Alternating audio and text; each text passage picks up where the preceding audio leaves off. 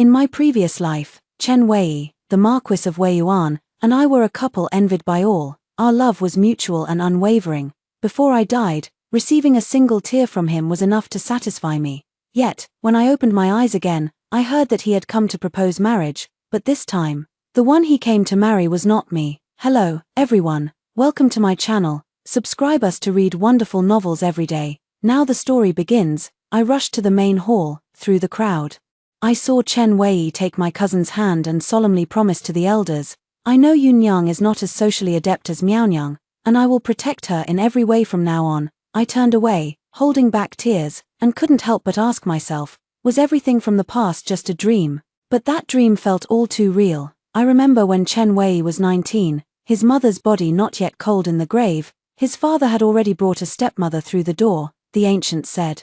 The word filial piety can crush a person to death. Even the emperor cannot escape the constraints of propriety and law, let alone Chen Wei. I still remember him telling me with a sorrowful face, Miaonyang, I am not living well at all. My heart ached for him as I listened, so I was determined to marry him. After we married, we became a couple envied by everyone. He worked hard and achieved great deeds outside, and every time he was promoted, he never forgot to request an honorary title for me. I managed internal affairs and socialized with noble ladies, clearing countless obstacles for Chen Wei. Later, Chen Wei was infeft as the Marquis of Dingyuan by the emperor, and he praised me, skilled in social maneuvering. I disliked the underlying derogatory connotation of the phrase and frowned. Chen Wei loved me more than anything. Not even our two children could compare. Every time he returned, he would come straight to my courtyard. Unable to restrain himself from covering my eyes and planting a fervent kiss on my lips, until his hair turned white, Chen Wei never took a single concubine. Even before my final breath, a scalding tear fell. I instinctively reached to touch the path where the tear had traced. Once we vowed to grow old together, our bodies no longer youthful. He lay paralyzed in bed, while I, wrinkled and white-haired, yet the tender and delicate touch beneath my hand at this moment abruptly shattered the dream. This year, I remain unmarried, while Chen Wei is about to turn 18. On this day in my previous life, he had just been promoted. With the spring breeze of success, the horses' hooves gallop swiftly, viewing all the flowers of Chang'an in a single day. I formed a bond with my cousin at the Willow Pavilion outside the city. The two of them became close confidants, sharing everything without reservation. From my cousin, he learned that I was cherished at home, intelligent and lively. So every festival, Chen Wei would invite both of us sisters, along with 3 or 4 others to accompany us. I never doubted that Chen Wei had feelings for my cousin, but he never showed the slightest hint of it. Even when my cousin was tormented to death by her in-laws, he merely responded with a calm I see. Later, it was learned that her in-laws refused to arrange for her burial. It was I who begged Chen Wei to bring back my cousin's ashes, yet on the very same day of the same month and year. Why did he come to propose to my cousin? The hall was bustling with excitement. Chen Wei and my cousin were the center of attention, surrounded by everyone's teasing. Grandmother is getting on in years. She only asked Chen Wei, when do you plan to get married? Chen Wei remained composed, answering unhurriedly. He only said he wished to marry his cousin as soon as possible. I observed carefully. I noticed he was very different from before, in his previous life. The 18-year-old Chen Wei had not yet been worn down by his stepmother, and his actions were somewhat childish. When we went out boating on the lake, he always liked to scoop up the lake water and splash it at me, then turn to pick lotus flowers to give to my cousin. At the lantern festival, he let my cousin pick the lanterns he had guessed correctly first, then stuffed all the remaining ones to me. In that moment, I understood everything. He must have had the same dream as I did. Now that the dream is shattered, it's time for both of us to wake up. Cousin and Chen Wei's wedding was arranged in a hurry, and the date was rushed. The family was busy preparing her dowry and had no time to keep an eye on me. These days, I've been feeling restless and upset. The glaring red decorations at home made it hard to breathe. So while my mother went to the temple to burn incense, I bribed the gatekeeper and slipped out disguised as a man. I rode aimlessly through the bustling streets. I looked out the window. It was late spring once again, with a gentle breeze rustling the flowering trees, scattering petals all over the ground. I recall that many spring days in my dreams were just like today. The love at first sight when we first met, the heart-fluttering feeling when we met again, the knowing smile when we truly understood each other. I, Shen Miao, clever and self-assured all my life, was defeated by Chen Wei's false affections, having mistakenly given my wholehearted devotion. Yun-yang, the flowers ahead are even more beautiful. Let me take you there. Through my tear-blurred eyes, I seemed to hear Chen Wei's voice. I hurriedly wiped away my tears and chased after a pair of figures that looked remarkably like them for a long time. But in the end, I still lost track of him. Looking around and seeing no one, I crouched down and buried my head, crying bitterly. You liar, if you don't like me, why didn't you just say so? After venting my anger fiercely, I staggered back. As I passed by a lotus pond, I stood for a while beside an angler, gazing at the duckweed covering the water's surface and remarked, no one tends to this place, the fish are all suffocated by the weeds. Hearing my voice, the angler turned around and, to my surprise, called me by name. So it was Miao Niang disguised as the forest spirit earlier. At this moment, I also recognized him, the fourth prince Liu Ping, who died young and full of melancholy. I had no interest in the fourth prince whatsoever. In my past life, I had only learned about his preferences to smooth the way for Chen Wei's official career, learning that he was in charge of personnel appointments in the Ministry of War and was skilled at recognizing talent. To ensure Chen Wei's resume would catch his eye, I visited the residences of several key officials. In the end, Chen Wei was promoted but was taken by the fourth prince to the border to fight in the war. He was gone for 2 years. Letters are hard to come by, and every day I wait at home, hoping for his safe return. Later, as General Chen rose higher in rank, the noble ladies I befriended also grew more distinguished. When away from home, one must remain vigilant at all times. Fearing that the slightest misstep could lead us into an abyss, the bitterness in my heart could not be shared with my husband guarding the frontier, nor could I trouble my mother with worries. I could only swallow it with a stiff neck. Later, when Chen Wei returned to the court with the fourth prince, he remarked in surprise, Miaonyang has been living a life of ease at home every day, so why has she grown so thin? I replied, social interactions are not easy. He laughed and said, Miaonyang has been pampered by her mother-in-law since she was young. As soon as she entered the household, she took back the authority to manage the house, making life much easier for her than for your sister. Trying to explain the hardships of being a woman to a man is like playing the lute to a cow, a futile effort. Since that's the case, why should I endure such suffering in this lifetime? I will find a suitable husband, no longer chasing after wealth and glory, and simply enjoy a peaceful life. Thinking of this, I slowly knelt and said, Greetings, Fourth Highness. The fourth prince nodded. It's getting late, you should return. He lifted his fishing rod, gathered his basket, and turned to leave with a limp. I once heard that the fastest way to forget someone is to find a new love. I watched the somewhat disheveled figure of the fourth prince and suddenly had an idea. In 2 more days, daughters of officials ranked 6th grade and above could voluntarily sign up for the selection. I remember that several of the prince's consorts were chosen during this selection, but for some reason, the fourth prince risked his life to refuse the marriage arranged by the emperor. Until his death, the backyard remained vacant. I timed my return to the mansion and made my decision in the carriage. I would wait for my mother to return from her Buddhist prayers and then tell her of my plans. My mother studied me carefully for a long time, then frowned. Auntie came to me yesterday saying that Yunyang's dowry is too meager, and she wanted to borrow some decent items from our second branch. Thankfully, mother didn't agree right away, or else if she had chosen something, wouldn't it have wronged my child? I rested my head on mother's knees and smiled faintly. In my past life, when my cousin married into a wealthy family, she took several of our second branch's treasures without returning them. Mother, bound by face-saving courtesy, silently accepted the loss. Now that the match is of equal social standing, it's just too much to still take advantage of our second branch. At dusk, I accompanied my mother for dinner and ran into my cousin acting suspiciously in the covered corridor. When she saw it was me, her pale, pretty face immediately relaxed. Miaonyang, how do you walk without making a sound? You scared me to death. I smiled and asked her, what were you doing outside? My cousin's face was flushed with a rosy hue. I went to the Willow Pavilion to meet a friend, and we had a conversation. I nodded, knowing I hadn't mistaken the person I saw during the day. Their connection began at the Willow Pavilion in their past life, and now in this life, they are rekindling that bond at the same place. I never expected Chen Wei, who is so engrossed in the ups and downs of officialdom, to be such a person of refinement. A bitter feeling welled up in my heart. Just as I was about to make an excuse to leave, my cousin added, by the way, my friend mentioned you today. I immediately halted, a flicker of hope suddenly rising within me. My cousin stared at me and said, that friend mentioned he has a good friend, Su Qiang, the eldest legitimate son of the commander of the military horse division. He's tall and robust, honest and hardworking, and he wants to introduce you too."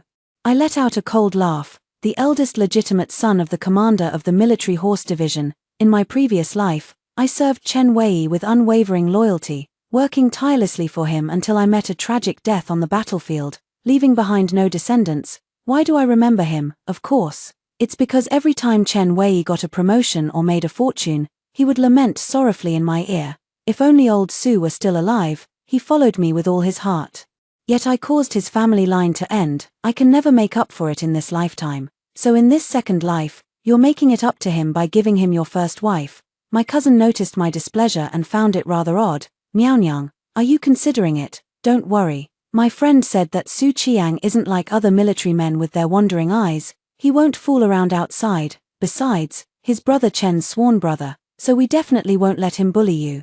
By the end of her words, her cheeks flushed red again. I stared at my cousin, somewhat dazed. All men love beauty. My cousin was naturally beautiful, and today she wore a goose yellow tsuju dress, which accentuated her graceful figure. At this moment, her cheeks were faintly flushed like crabapple blossoms, and the way she lowered her gaze, fluttering her thick, long lashes, was utterly charming. As for me, my features are plain and unadorned, and I often have to wear dark-colored clothes to command respect from the household servants and external stewards, making me naturally dull and uninteresting.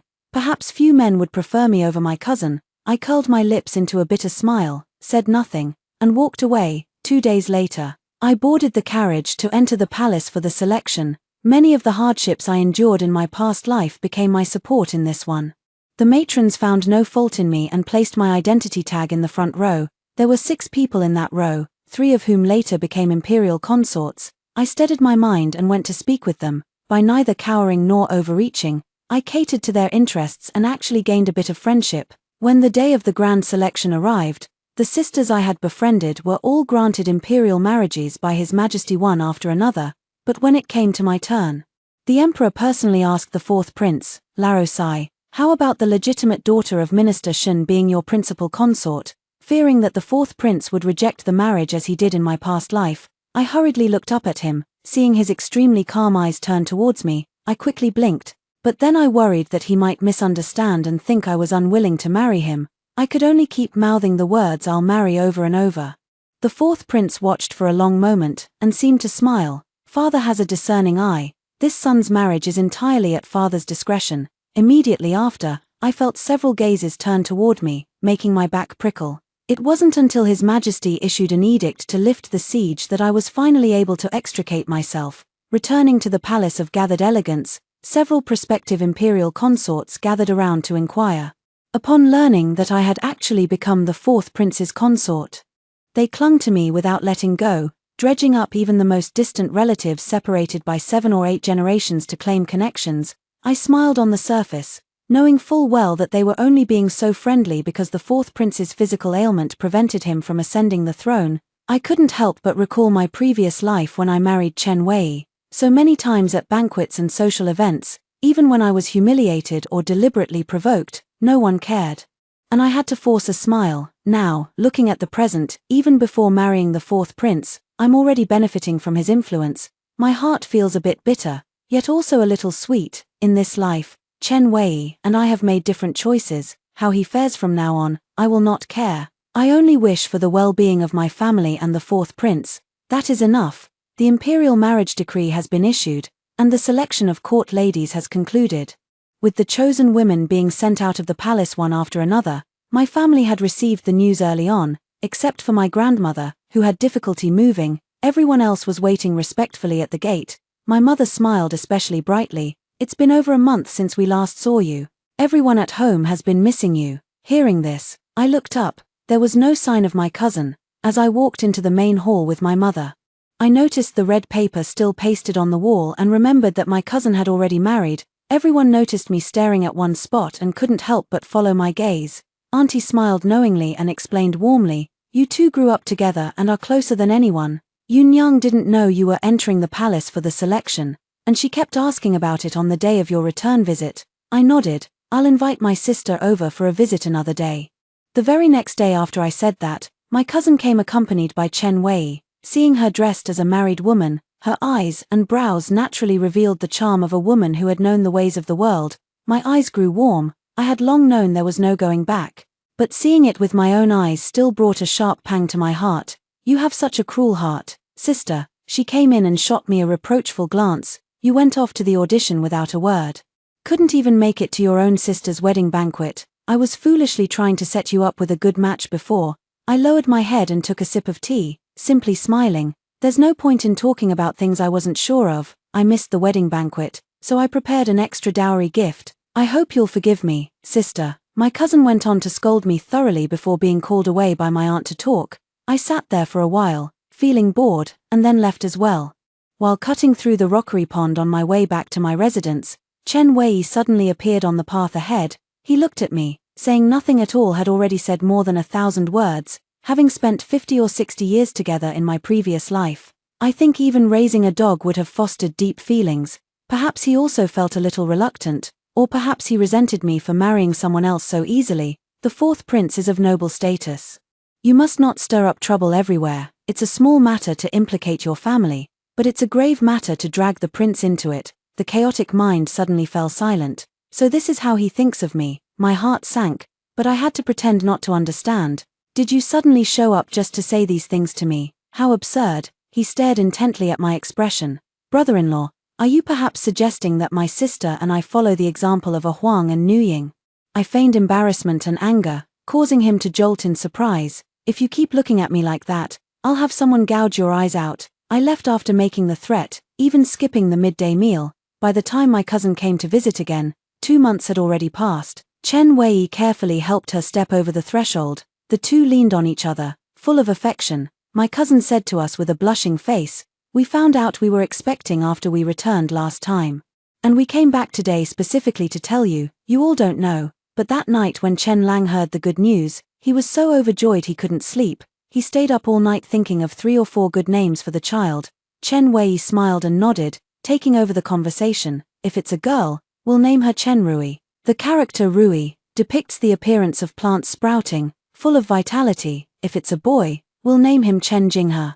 Inspired by spring harmony and scenery brightness from the record of Yeyang Tower, symbolizing a peaceful life and a bright future. Hearing this, I drifted into a slight daze, thinking of my own child with Chen Wei.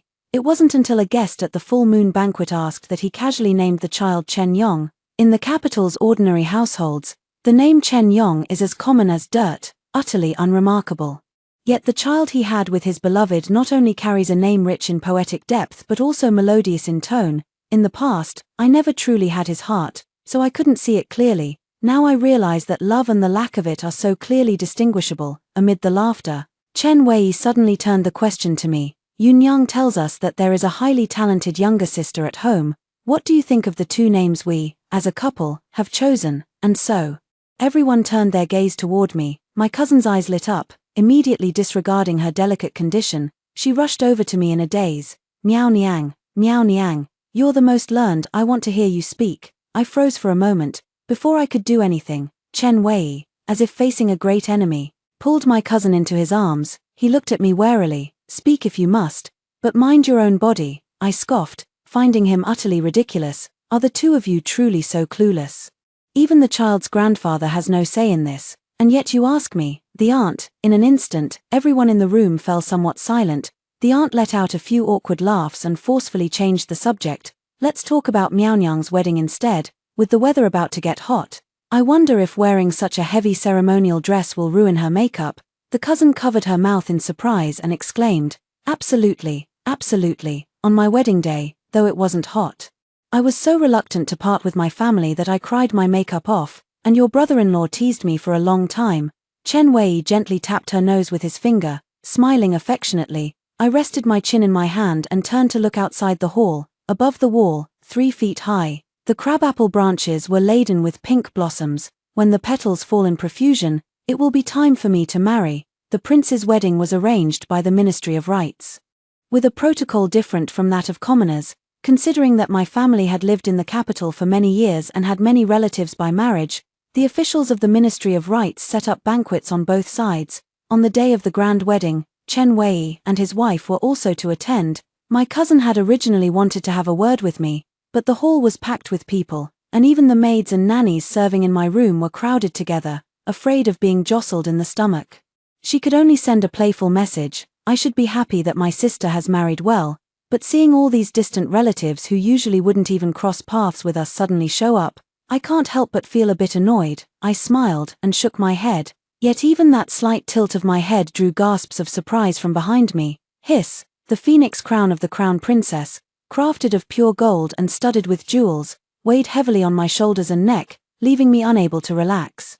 The auspicious hour for the wedding procession was set at dusk. The fourth prince rejected others' suggestions, dismounted from his steed, and took hold of the other end of the hydrangea. They bowed to heaven and earth, then entered the bridal chamber. I sat by the bed, waiting until the sun had completely set, and finally, the fourth prince arrived, reeking of alcohol. Everyone else, leave. Next, the red veil was lifted, suddenly meeting his narrow, long eyes. I felt a bit embarrassed. Later, when it was time for the couple's intimate union, thinking that he had a physical ailment, I kindly went to help him, not wanting to provoke his anger. "This prince may have difficulty walking, but my legs are not broken. You are too kind." Meow. I intended to explain, but the words were shattered on my lips by his interruption. Water was called for 3 times during the night. The next day, under the bright sun, we entered the palace to express our gratitude. The emperor was busy with state affairs and, without even looking up as he spoke to us, waved his hand to dismiss us. The empress, not being the fourth prince's birth mother, only exchanged a few formal words before offering tea to signal the end of the audience. On the way back, we sat facing each other. The fourth prince's expression was unusually calm, as if he had grown accustomed to being treated this way. Only then did I understand why someone as noble as the fourth prince would meet such a melancholy end. "Do you feel sorry for me?" he suddenly spoke, his voice tinged with a hint of hoarseness. I smiled faintly. "You must be mistaken. As the daughter of a minor official, I could only envy your highness." He averted his gaze and fell silent. The carriage suddenly became eerily quiet. After a moment's thought, I abruptly brought up the matter of the selection ceremony that day. "If I hadn't begged your highness so desperately back then, who would you have chosen?" The fourth prince fell silent for a moment before answering.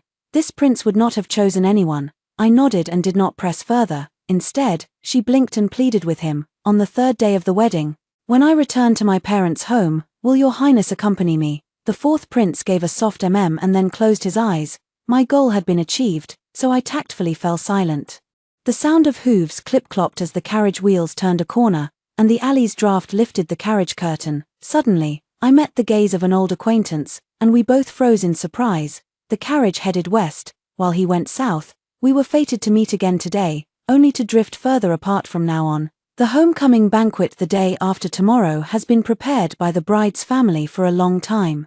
It's just a pity that my cousin had a threatened miscarriage the day before yesterday and has been resting in bed these past few days, unable to go out. When I heard my aunt mention this matter, I secretly grew suspicious. Since Chen Weisheng's birth mother is still alive, it's naturally impossible for my cousin to be mistreated by her stepmother. Although Chen Fei is lustful, his character is still passable, and he wouldn't go so far as to trouble his pregnant daughter-in-law. Could it be Chen Wei? If you're feeling unwell, go back early. Another day, I'll invite your mother-in-law and the others to the residence for a visit. The fourth prince's concern made me unable to hold back a smile. Enough, after all, it's someone else's affair. I no longer have the right to interfere. I should just think about the future. If nothing unexpected happens, the third prince should ascend the throne in the future. But I've heard that the third prince and my master have some private disagreements. If they can't be resolved, then we'll have to seek another way out. I sat for a while at my mother's home, feeling quite tired. I told my mother, in a few days, I'll bring the women of the household to the fourth prince's residence to get acquainted. But perhaps she didn't take it seriously, or had other considerations, for she never came. It just so happened that the fourth prince handed over the household management to me after our marriage. And I also heard that the emperor had recently fallen ill, with several capable princes eyeing the throne. There really was no time to invite my mother over for a visit. Sometimes, rubbing my sore wrist, I couldn't help but sigh. What a life of toil. But busy as I was, I still had time to enjoy a cup of tea now and then. Unlike the fourth prince, who was entrusted with important duties by the emperor right after his marriage and had been working non-stop for months, he was now even leading a large army to the border to fight in a war. In comparison, I feel quite content. Just as I was about to take a stroll in the garden, a maid suddenly came over and said, "Your Highness, there is someone outside claiming to be your cousin," and she wishes to ask a favor of you. My cousin's visit this time was instigated by Chen Wei. She pouted and complained, it's all his fault, Shangguan, he's mediocre himself. Yet he insists on suppressing his subordinates so they can't get ahead. He's made my husband lose credit twice already. Miaonyang, you must help me. After saying this, she glared at me again. It used to be you begging me, but now that you've married into the fourth prince's family, you're making me come to you instead. If I had known, I wouldn't have agreed to your brother-in-law's proposal and would have entered the palace selection with you. I reminded her, watch your words. She glanced around, completely unconcerned. I invited her to stay for a meal at the residence. Since the fourth prince wouldn't be back at noon, I sent someone to deliver his lunch. Knowing he was short of staff, I also recommended Chen Wei to him. My cousin, aware that I had helped, happily brought me a basket of sour plums. She suffered from severe morning sickness during pregnancy and relied on these to stimulate her appetite for all 3 meals a day. I only took a tiny bite of the plum flesh, and it was so sour that I had to drink 3 cups of tea. Just like in his previous life, Chen Wei was to follow the fourth prince to the border to fight in the war. I had prepared the fourth prince's daily necessities in advance and also stocked up on a good amount of exchangeable banknotes. He saw it all but said nothing. He just exerted himself fiercely at night. Until the very end, he finally said, "You are very good," on the eve of the army's departure. The gatekeeper handed me a letter. Unfolding it revealed Chen Wei's handwritten words. My mother is rigid and strict. Yunyang is stubborn yet delicate. I fear that my journey tomorrow may be one from which I never return. I humbly beg your highness to take good care of my wife and child. In the future, I shall repay this kindness even if it means knotting grass or holding a ring in my mouth. I just smiled and picked up my pen to reply. Miaonyang is not suited for such a great responsibility. If the general has concerns, perhaps he could arrange for my sister to be placed with the Shen family. The servant returned after delivering the letter and whispered to me, the general's wife has had a disagreement with him and it has affected her pregnancy. It seems she does not want the general to leave the capital. I sighed. Chen Wei was so eager to make a contribution that he didn't even consider his cousin's wishes. Now that the die was cast, if Chen Wei didn't go tomorrow, he would be considered a deserter, and there would be no place for him in the capital. In July, the fire star descends. In September, winter clothes are distributed. The fourth prince arrived at the border just as the autumn harvest was underway. The Rongdi tribes raised their troops and marched south to plunder grain, leading to frequent clashes between the two armies. In my past life, I once heard Chen Wei say, the fourth prince never took so much as a needle from the people. Yet the court was too stingy with us. Even after winning battles, we sometimes returned to go hungry. To ensure the soldiers fighting the Rongdi had full stomachs, and to ease the fourth prince's worries, I had the estate stewards hire several escort agencies to open up a smooth and unimpeded grain supply route. Half a month later, a messenger delivered a letter from home. I took it but was taken aback. Unfolding it, I couldn't help but smile. Some people say little with their mouths, but their pens never run dry. From then on, every half-month, a thick letter from home would arrive. By the end of the year, I even received a red fox fur he had hunted himself, which the skilled nanny in the household sewed into a cloak collar, looking elegant and luxurious. I was just about to try it on when I suddenly received news of my cousin's difficult childbirth. Giving birth has always been a perilous journey, like walking through the gates of hell for a woman. When I rushed over, I heard my aunt lamenting again. Your cousin has had such a hard life. On these freezing cold days, her wicked mother-in-law wouldn't even give her a brazier. The room was so cold it had frozen over, and your cousin accidentally stepped on the ice, slipped, and immediately started bleeding. I gasped in shock and quickly sent someone to the palace to fetch the imperial physician, while also retrieving a century-old ginseng from the storeroom. My aunt wept bitterly at the sight. After the imperial physician came to see her, he shook his head and sighed. The mother has already lost the will to live. If her heart remains troubled, even a celestial immortal would find it hard to save her. The aunt stomped her feet in anger, first scolding Chen's mother, then Chen Wei. When he sought to marry our Yunyang, Chen Wei made such fine promises, saying he knew our girl was gentle and indecisive and would protect her in every way, but now he has run off, making our Yunyang lose all desire to live. My heart is a whirlwind of mixed emotions. For a moment, I didn't know whether to thank Chen Wei for not marrying me or to hate him. Relatives from my maternal family took turns trying to persuade my cousin to change her mind, but to no avail. Just as the imperial physician asked, save the mother or the child, I raised my voice and interjected, the Chen family will naturally choose to save the child. Chen's mother has long disliked my cousin. Once my cousin dies, she will have Chen Wei marry her niece. With a new wife by his side, how would Chen Wei remember his deceased wife? I fear my poor nephew will even have to call the enemy his mother. The aunt stared at me in shock, while the others furrowed their brows tightly. The imperial physician, having served in the palace, was well-traveled and experienced. The elderly gentleman stroked his beard and agreed with me. Since we must save the child, I shall prescribe a potent dose of medicine. As soon as the words were spoken, a cry of surprise came from the delivery room. No, my cousin was so frightened that she suddenly no longer wished to die. After a day and a night of labor, she gave birth to a baby boy whose cries sounded like a soft meow. I wrote of this in a letter, and the fourth prince replied to me, "From now on, when you give birth, I will not leave your side for a single step." The spring of the new year. The fourth prince led troops from Hanshuo County, appointing Chen Wei as the valiant cavalry general to attack the Rongdi to the west. He also appointed several other generals to flank from the north and south, striking directly at the enemy's heartland. This battle achieved a great victory, reclaiming lost territories, capturing several thousand Rongdi soldiers, seizing 100,000 head of livestock, and driving away the kings of two enemy forces. Chen Wei was promoted to the rank of General of Chariots and Cavalry for his merits, and two other generals were infeft as marquises. The fourth prince was also infeft as a first-rank prince with the title Rong for his excellent leadership. Among all the princes, the fourth prince was the first to be granted the title of prince. However, due to his physical ailment, he was ineligible for the throne, so he had more supporters than envious rivals. However, past experiences have taught me that the more prosperous and splendid the situation appears, the more cautious one must be. I always reported only the good news to the fourth prince. No, I should start calling him Prince Rong now. I consistently sent him supplies and messages every month through the grain transport merchants, never mentioning any troubles. That autumn, Chen Wei achieved an extraordinary feat.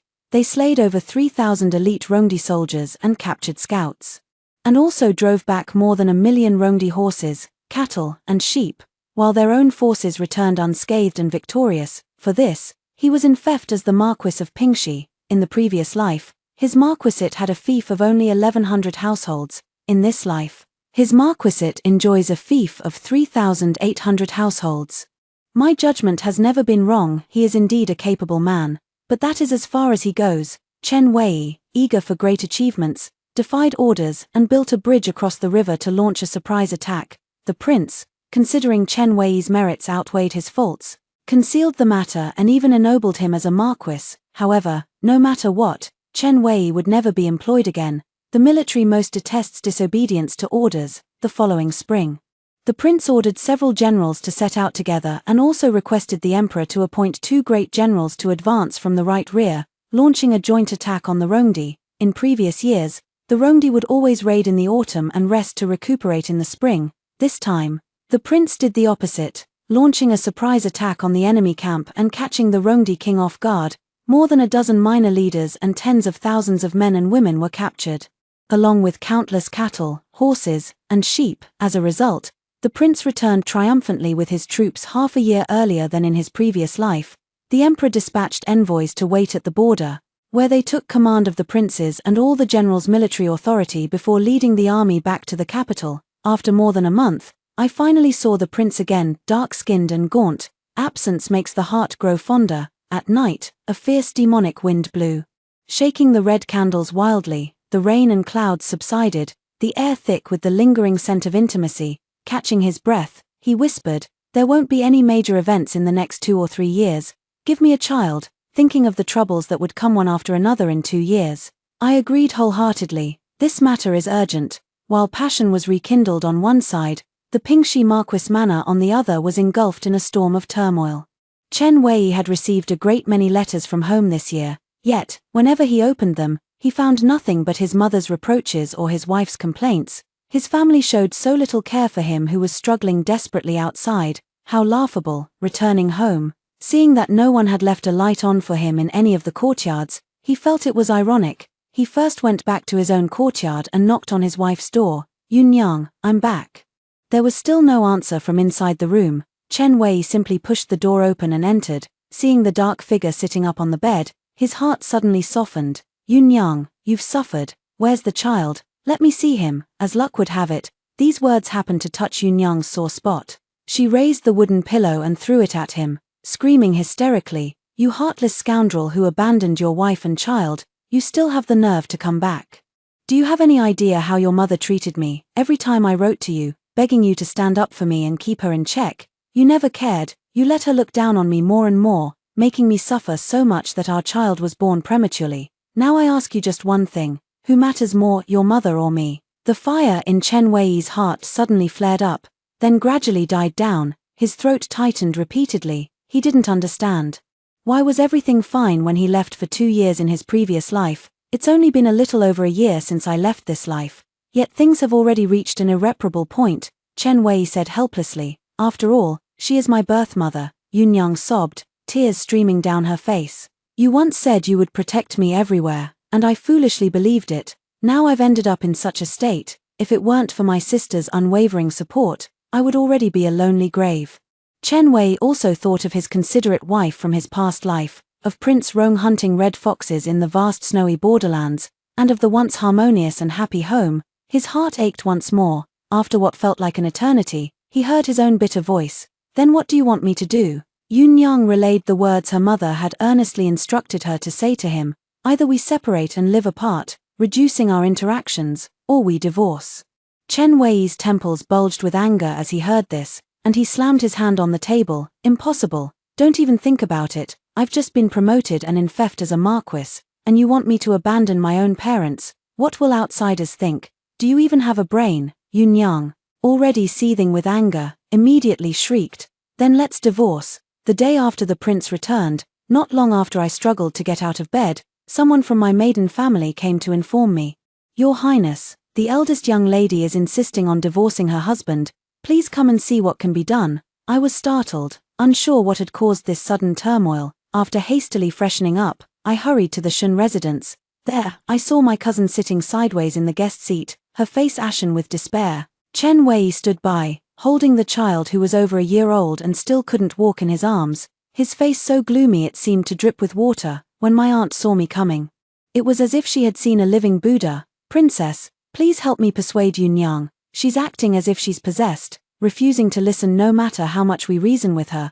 After enduring so much in the Chen family, just when she's about to see the light at the end of the tunnel, she insists on demanding a divorce." My cousin silently shed tears, while Chen Wei frowned and remained silent. I knew it was pointless to reason with my cousin, so I turned to Chen Wei. "Have you forgotten what you said when you married her?" Chen Wei opened his mouth, forcing a bitter smile. "But she's targeting my mother, my own mother."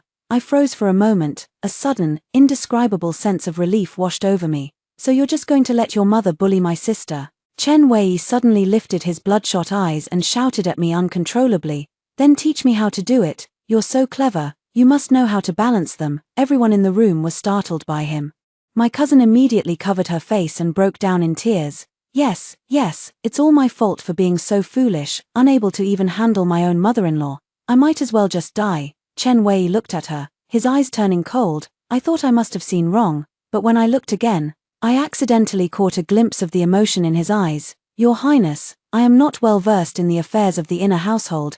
Please give us some advice. He sure knows how to put me to work." I had no intention of paying any attention, but seeing the earnest anticipation on my family's faces, I eventually came up with a makeshift solution. The Marquis's mansion bestowed by the Emperor was converted into a 4-character courtyard, with Chen's mother and her cousin each choosing a corner, leaving the middle area for common use.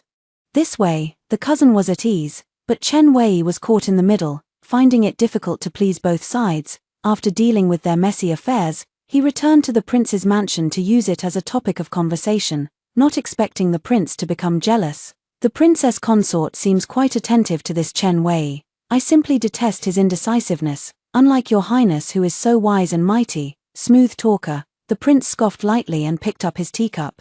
The cup obscured most of his face, leaving only those meaningful eyes slanting a glance at me. The soldiers who returned victorious from battle were gradually receiving their rewards. The prince was already a first-rank prince and also held a key position in the court. The emperor, having nothing left to reward him with, sent over several treasures from his private treasury along with 4 beauties. I sneered coldly to myself. For the first time, I did not go to the study to call the prince for the meal. After I finished eating and wiped my mouth, He came uninvited. I am hungry, said the prince. I stood up and called for the servants. Prepare a few dishes for His Highness. The prince's brow relaxed slightly, though he still looked somewhat puzzled. He has always been a man of few words. Only at night, when emotions overwhelm him, does he let slip a few tender words. Why, didn't you come to get me today? I was worn out by his antics and confessed honestly, Your Highness is blessed. The Emperor has sent 4 beauties to our household. It was meant as a light-hearted jest, but unexpectedly, the prince's eyes reddened in an instant. He buried his face against my collarbone, his voice dripping with disgust. I knew it. None of them wish me well. Seeing how deeply in love we are, they deliberately sent people to sow discord between us. You don't trust me, I can understand that. But there are some things I only want to say to you. To me, women are too weak and foolish, only bringing more trouble to someone like me who is already trapped in difficulties. That's why I've always kept my distance from women and never once in my life imagined having a wife or children. But Miaonyang is different. Along with his words fell 2 streams of warmth between my collarbones. I held my breath in surprise. Was he crying? Unbelievable. I carefully brushed past his burning eyelids and said in a teasing tone, I've never seen a man cry before. Your Highness, lift your head and let me have a good look. Ouch. Too much teasing. Got bitten. I quickly wrapped one arm around his waist and used the other to gently stroke his hair. All right, don't be afraid. As long as the prince doesn't change his heart, I will always be good to you, perhaps in this second chance at life. Both Chen Wei and I are here to make up for the regrets of our previous lives. He couldn't win the affection of my cousin, and I, too, had once felt pity for someone else. What the future holds remains unknown. Only at this moment, my heart is at peace. Extra chapter. After Chen Wei was infeft as a marquis, he requested an honorary title for his cousin. The emperor granted it. My cousin was overjoyed about this and often came to the prince's mansion to chat with me. Later on, one time, she seemed particularly awkward and hesitant. After repeated questioning, she finally said, It's all because of your brother-in-law. Everyone who fought alongside him has been promoted one after another. Even his former subordinates now hold higher positions than him. I've wanted to ask for your help several times, but he refuses to say anything and even threatened me not to tell you. It's so infuriating. I smiled and said, Perhaps there's more to the story. My cousin slammed down her teacup and shouted at me, What more could there be? Someone must have stolen his credit. Chen Wei is your brother-in-law. Miaonyang, you have to help us. Brother-in-law doesn't seem like the type to bend easily. Sister, you should go back and get a clearer understanding of the situation first. Between sisters, you make so many excuses when asked for a simple favor. The prince holds a high position. Investigating something is as easy as a word from him. What a useless princess you are. At her words, I could no longer drink the tea in my hand. The blue and white porcelain cup clinked sharply as I set it down. My expression darkened as I looked at her. In that case, I have nothing more to say. Please return, Lady of Pingxi. My cousin was terrified and quickly stood up, tears welling in her eyes, not daring to speak. I don't know what she did after returning home, but her family invited me over to mediate. This time, however, it was Chen Wei who insisted on divorcing his wife. The doorman came to inform me just as I was sitting by the bedside, feeding the prince his medicine. He was never one to fall ill, but once he caught a chill, his symptoms were far more severe than others. Cough, cough. Seeing him cough so violently, his fair face flushed crimson. How could I bear to leave? I simply waved my hand. His Highness is occupied at the moment. Just say I'm unavailable. After dismissing the gatekeeper, he unexpectedly heard the prince mention Chen Wei. He appears capable, but deep down he's restless and ambitious. This single remark sealed Chen Wei's fate in his official career. Every year after that, Chen Wei's evaluations were consistently below average, and his salary was repeatedly reduced. Coupled with the fact that no one in the Marquis's household was skilled in management, it eventually became nothing more than a superficially glamorous shell.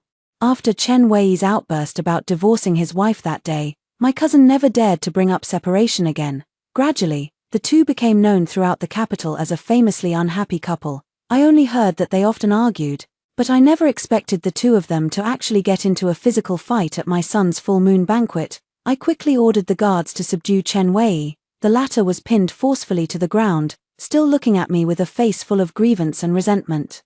The prince snorted coldly beside us. The following month, Chen Wei was transferred to Yangzhou, 1,000 miles away. The Yang region was sparsely populated and lacked resources. Chen Wei took up his post alone and never returned. Half a year passed without a single letter from him. and his cousin even suspected he had died. Yet, at the end of this year, I received a sable fur, accompanied by a note, 1,000 sorrows and joys are but a dream, both lives utterly absurd.